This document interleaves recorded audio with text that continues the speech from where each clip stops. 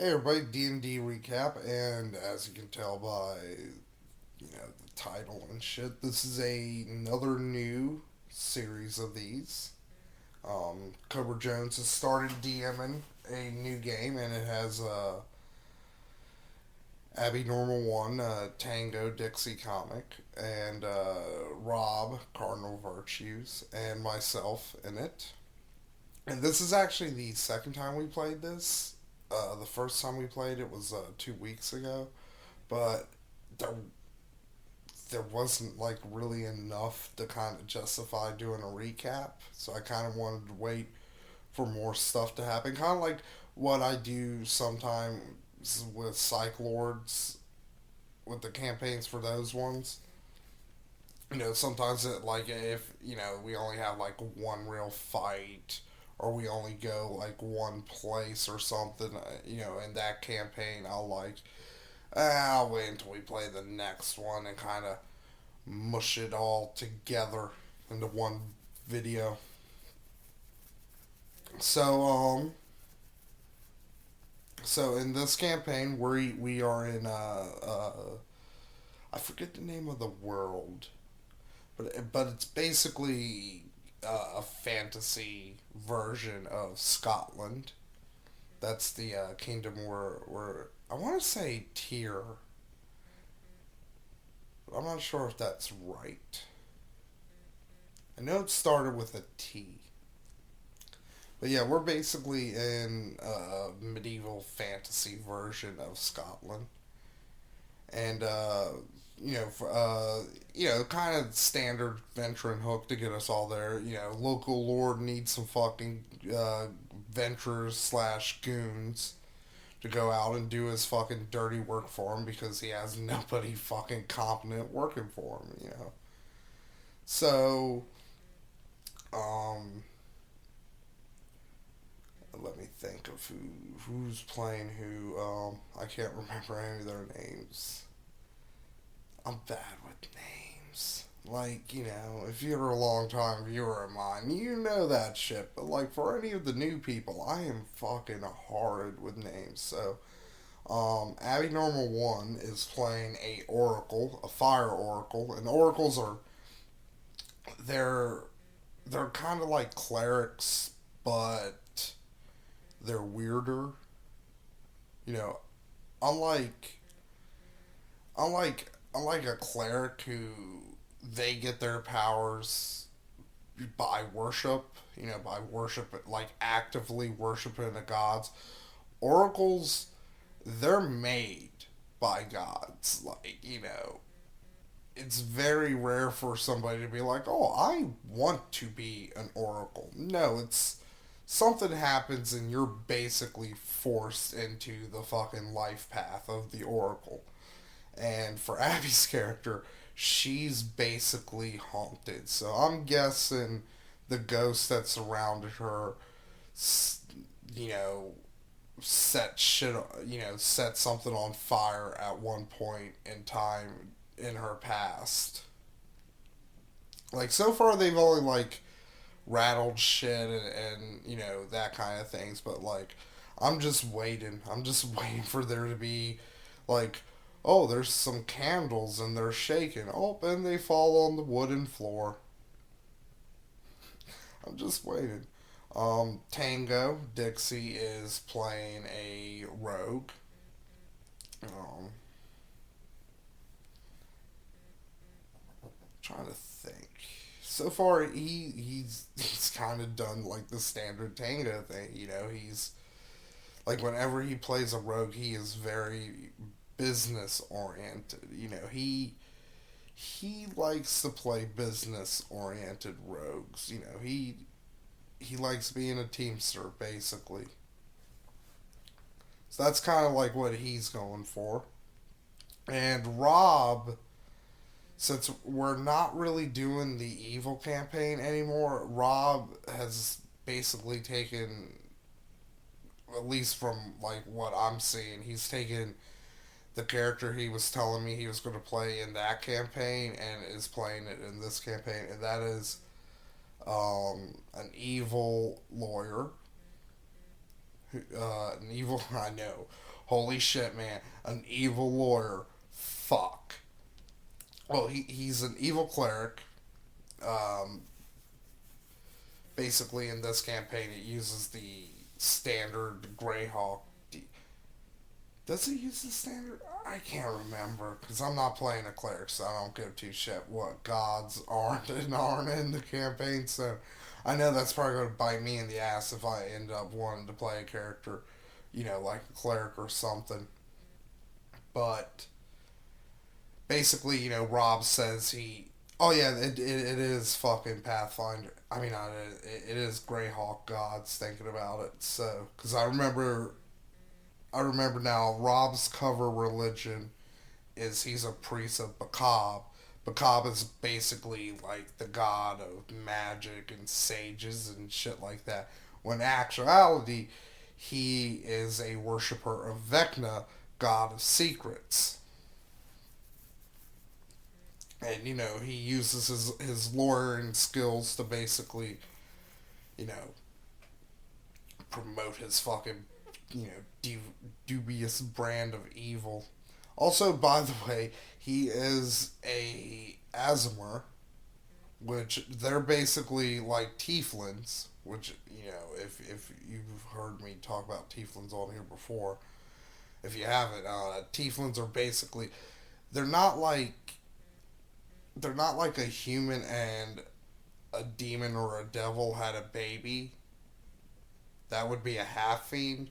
They're like if the half fiend had a baby with like a normal human. That would be like a tiefling.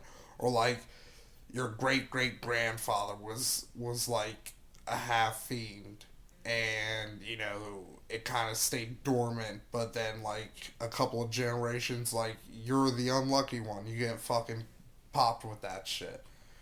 Asimars are like that, but instead of having the blood of things like demons and devils and demodans and all the other nasty fucking assorted shit that plagues the underworld of the outer planes, Asimars are related to good outsiders like angels and fucking angels. So Rob Rob's character, he looks like a normal dude, but he's got like 6 foot wings, like fucking Angel from X Men. Like that's honestly how I picture him. Is like Angel from X-Men 3, fucking Last Stand, just like shirtless and all.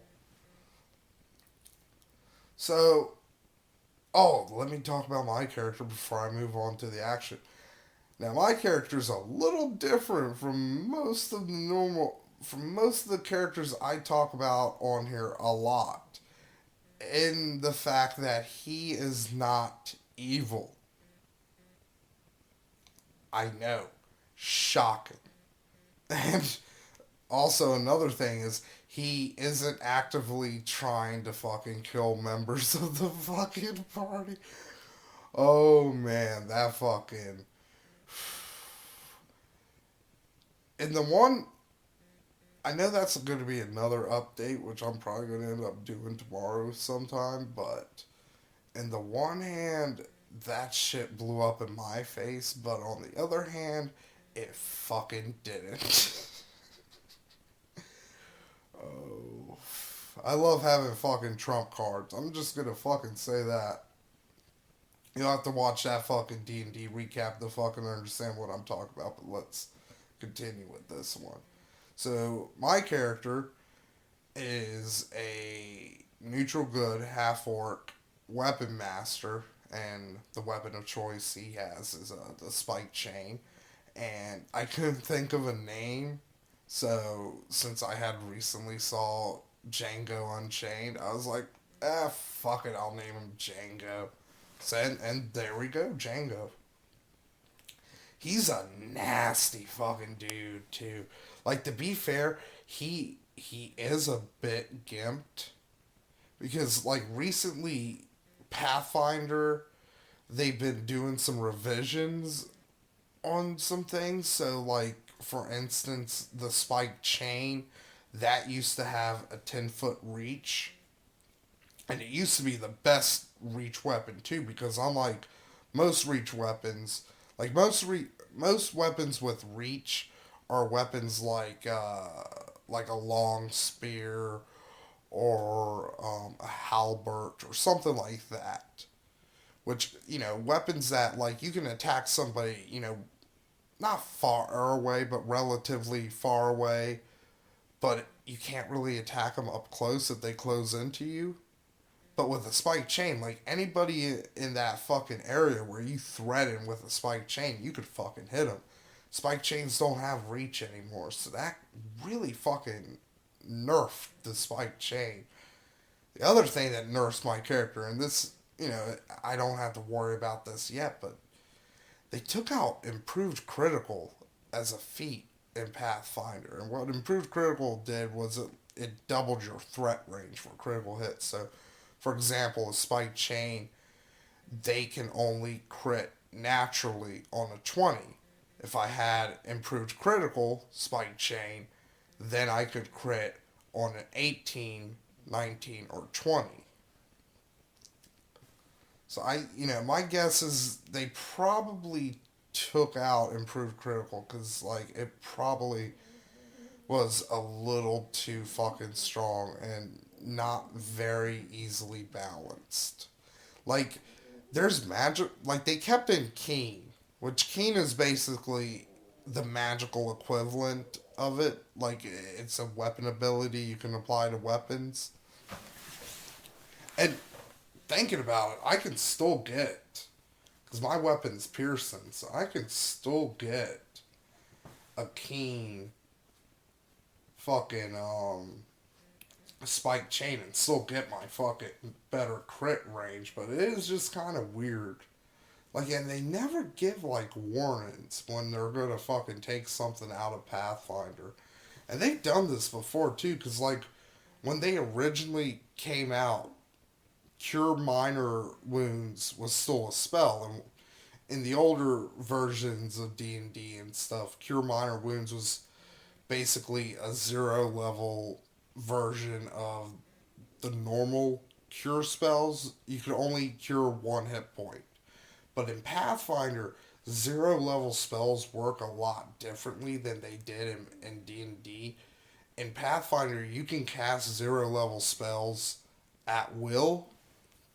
So basically that, and for a while they had cure minor wounds, but like it became kind of apparent quickly that, oh, this shit is fucking, broken. Because, after a battle, your cleric could just stand there and be like, cure minor wounds, cure minor wounds, cure minor wounds, cure minor wounds, cure minor wounds, cure minor wounds. And they ended up replacing it with stabilize, which isn't too bad. It basically it stabilizes a creature that's dying and it brings them up to 0 hit points, which isn't bad. Like it's really good. Stabilize is really useful because like unlike in past editions of D&D, when you hit somebody with a cure spell, it doesn't automatically take them up to 0 HP and then heal them from there. Like, for example, say I was at like -2 HP and I get cured for 8 points. In past editions, you would go up to 0 and then you would get the 8 points back. In Pathfinder, I would only get 6 points back because like it doesn't count, it doesn't count the -2. Like the -2 gets taken out of it. God, I'm not even talking about the fucking game. It's like fucking 14 minutes into this video. So, we're all in the capital for, varying reasons. We need money for shit. I'm guessing, at least half the party has some very nefarious reasons why they need money, but hey, you know what? My character doesn't care. Like, he's good. He's not, annoying good. That's why I went neutral good. I didn't go chaotic good because I was like, because if I go chaotic good, I'd still have chaotic, and chaotic would allow me to do the occasional fucked up thing. Because, like, I basically made a promise with Abby Normal. I was like, because she was like, you haven't played a good character in forever. I don't even think you can. And I was like, well, you know what? Fuck you. I can too play a good character. And fucking I made this carrot guy. So, oh man, it was hard today because like I was telling Robin Dixie like, oh man, you could do this, you could do that, you could do this, and like Abby at one point was like, Matt, you're good in this game, and I was like, I know, sometimes it's hard. So, um, so when we get into town, right off the bat, the town is fucking attacked by orcs. Which is a little awkward for me, being a half orc, but whatever. Fucking assholes are assholes. I'll fucking dice them up with my fucking chain regardless. So, we. And I'm gonna be honest, I'm gonna kind of glance over this fight because I don't remember a lot of the particulars. I remember we fucking kicked some fucking major ass. Despite the fact that, like, this group is has a problem that is like that a lot of the other groups I've been playing in recently don't have, and the fact that it is not a very front heavy party. Like I'm the only real frontline fighter. Dixie specializes in bows. Rob's character, he's got like a negative energy burst thing, and and Abby's character, she's more spellcastery than clerics. Like even Rob's cleric, he's I think Rob is a cleric. Even Rob's cleric isn't like the big beefy kind of like pseudo Templar that a lot of clerics in D&D eventually end up becoming. But but like right off the bat, like the orcs, like one of their orcs fucking gets enlarged, and that fucking beats the shit out of me.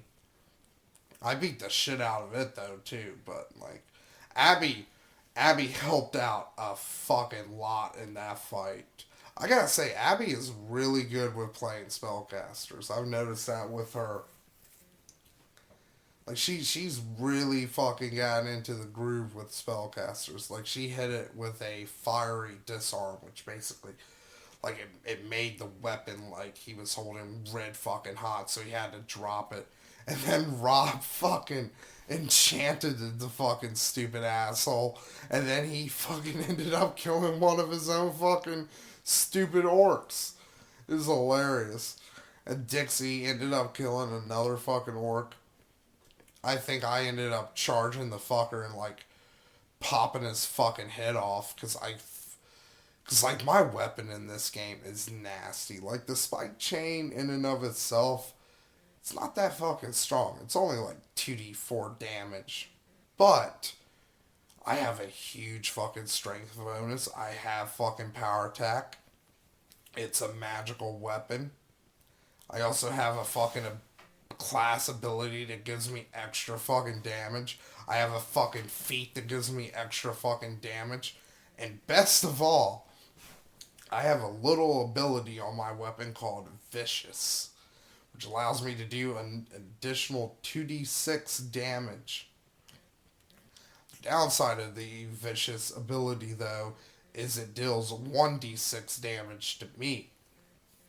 So it's a little bit of strategy there. It's like, okay, how tough is this fucker? Is this the fucker I should use Vicious on, or is that guy the guy I should use Vicious on?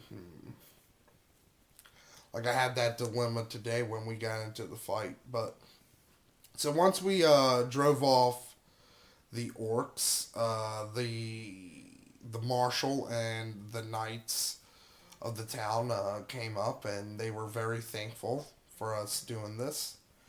And he decided to invite us to a dinner. That no, it wasn't the marshal. It was like the lord or something. So he decided to invite us to a dinner that was at the marshal's house, and this is where Tango's character becomes very evil because Tango has connections with the black market, so he's the one who sells our weapons and stuff because he can get better prices for it. And when he was talking with his, thieves guild connections, basically he mentioned like, "Oh, I'm going to the party at the marshal's house," and they were like, Do you would you mind maybe mapping it out a bit because we've never been able to get somebody up in there?" And Tango fucking did. So I see an assassination in the fucking future with the marshal. I'm not gonna get attached to that NPC. So we went to the house. Dinner was quite nice. Um, Abby's ghost made an appearance, but nobody really noticed. Although it's funny, that was one of it did affect some candles, but thankfully that time the candles only blew out. They didn't just. Oh man, how fucked would that been if like Abby's ghost right then and there like the candelabra falls on the floor, starts a massive fucking fire, everybody dies. Like that would have been fucked up, man. So basically, we're given our quest at the dinner, and it's basically the northern part of the island isn't really explored and mapped that well, and they've sent past groups out there, but they've been attacked. Like one group never fucking came back, so like they don't even know what the fuck happened to that one. But one group, one person was able to come back. They were like permanently crippled though, but they managed to did come back and was able to tell everybody what happened, and it was like goblins. Like they got fucking overrun by goblins and shit. So after the dinner, and this is where tonight's game started. After the dinner, we decide. Well, we sleeping first because it's nighttime and shit.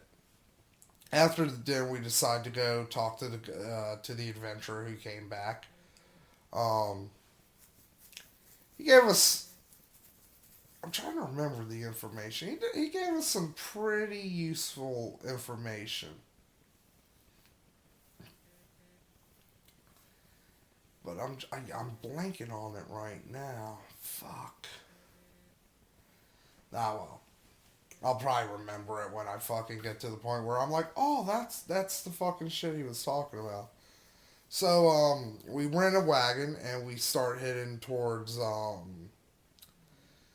another fucking thing I can't remember the name of. Fucking and fucking basically fucking Elf Town. We'll call it Elf Town for the rest of the video. Even though it's elves and halflings who live there. It's basically a town of like one half, like literally one side of the town is fucking elf, one side of the town is halfling. So we start hitting up, and about probably like halfway there, we fucking get stopped by a cart in the middle of the road and some bandits who are like, "Give us your shit," and we're like, "Fuck you." Well, Abby kind of wanted to try talking to him, but once when they threatened to fucking steal our shit, that was like when Rob and Tango got like really fucking indignant, and it was like these guys have to die in the most painful fucking way. So So we start attacking. Tango gets in some solid hits. Rob fucking uses his energy burst to real fucking good effect. I managed to kill, well, not kill one guy, but like almost kill him, like to the point where like we really thought he was fucking dead, and I got a crit on him too. So like I fucking gimped him up. I like fucked up his elbow and shit. But the real fucking star of this battle, once again, Abby, because like first off, like she got a really good intimidate check, like right off the bat. Um, and she was like, "Fucking, you guys better surrender, or our reinforcements are gonna fucking come." And they didn't surrender outright, but that scared them. And then she she made really fucking brilliant use of the ghost sound spell to make it sound like there were like 20 or 30 people coming up behind us, and that made the rest of the people fucking surrender. Because like by this point, one of them had already fled. One had surrendered. One was dead slash unconscious, and there was a wizard, and you know he went invisible. So until the end of the battle, we weren't sure if he just ran, or if he was just waiting for us to like drop our guard. It was like, fucking, guess what, bitches? Invisible fireball, kaboom.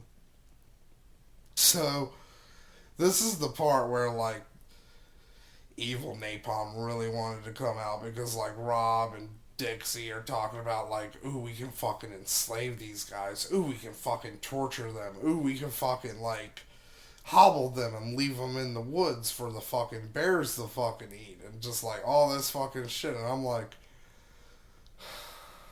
that sounds like a lot of fun.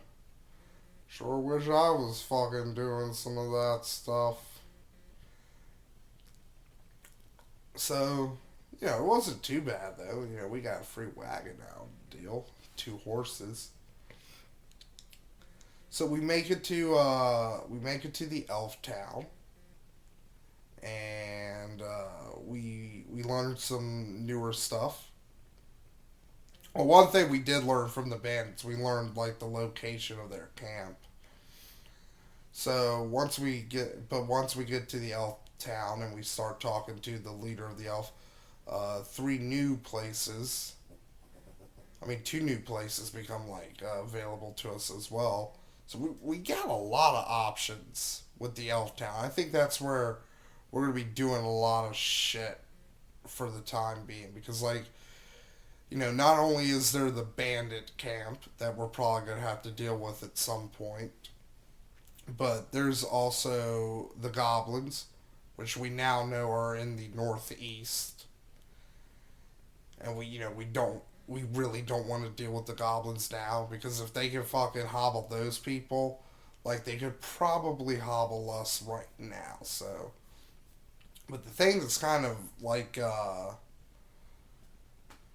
drew our attention is there's some ruins that there's a lot of weird shit going around them. I think like if I remember correctly, you know there's like something there that's trying to fix them up, and like nobody knows what's going on there. Like there's something there that's like cleaning fuck, what, trimming the hedges and shit and picking up rubble, but like nobody's seen what's been doing this. And that's where we ended the game. We decided to go investigate the ruins, and that was it. So yeah, pretty pretty fun game so far. I like it. I like it a lot, because like this is kind of like the cool down game, because like Psych Lord's game is fucking, it's insane and tiring sometimes with the amount of things that get thrown at us. So it's kind of nice in CJ's game where it's like, oh, I don't have to worry. I don't have to worry about fucking hounds of fucking Tantalus fucking jumping out every 5 fucking seconds at me. But that's a fucking story for another update.